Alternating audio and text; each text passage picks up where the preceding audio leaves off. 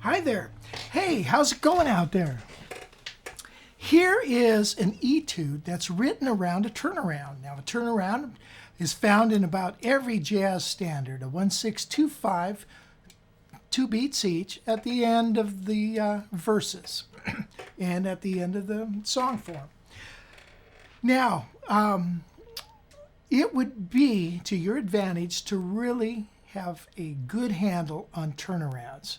Okay, so you can nail the chord changes, and man, that's going to make a big difference in your soloing.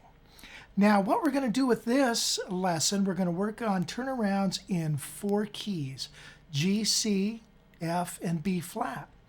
And I'm going to explain where all the notes are coming from as we develop lines around those changes, so you get a good handle on what notes to target.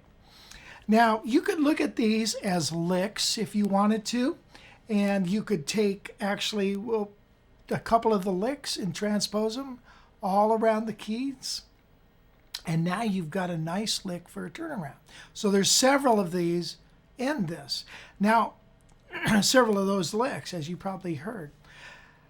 Now, the other thing, it's going to give you a good basis to create your own. Okay, I want you to memorize this. And I also want you to be able to play it with the track. We're going to rehearse it at 82 beats per minute after I show you close-ups and play it slowly. But I'm also going to give you a track at 110 in both a swing and a bossa nova feel. So you're going to want to do that so you can hear those notes against those chords. Okay, and it's going to develop your ear. It's going to develop your sense of lines, your technique. Why not work your chops on things that you're going to be playing on the gig? All right? So this is a very good lesson for you. So download the PDF. I think that's about it. We're going to talk a lot about fingering, so just don't look at the PDF, okay? I want you to work with me on the video, please, okay? That's to your advantage. Okay, let's get into it with some close-ups, and we're going to talk about fingering and picking. Here we go. Measure 1 of our first etude. I'm starting with a G scale.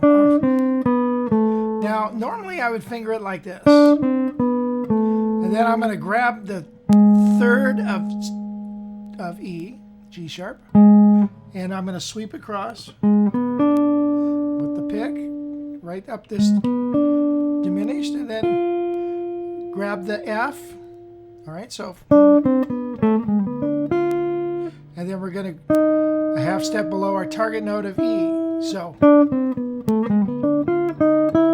okay, and then coming down again on our G scale, just starting on E now. And then I'm going to, it looks like have a C minor chord. And then, okay, so I've got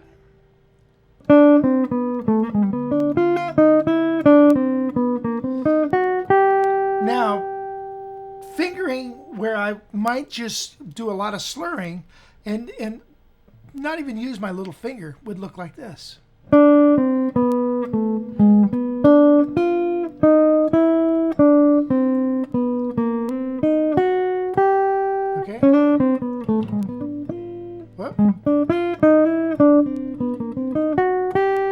There's our first measure.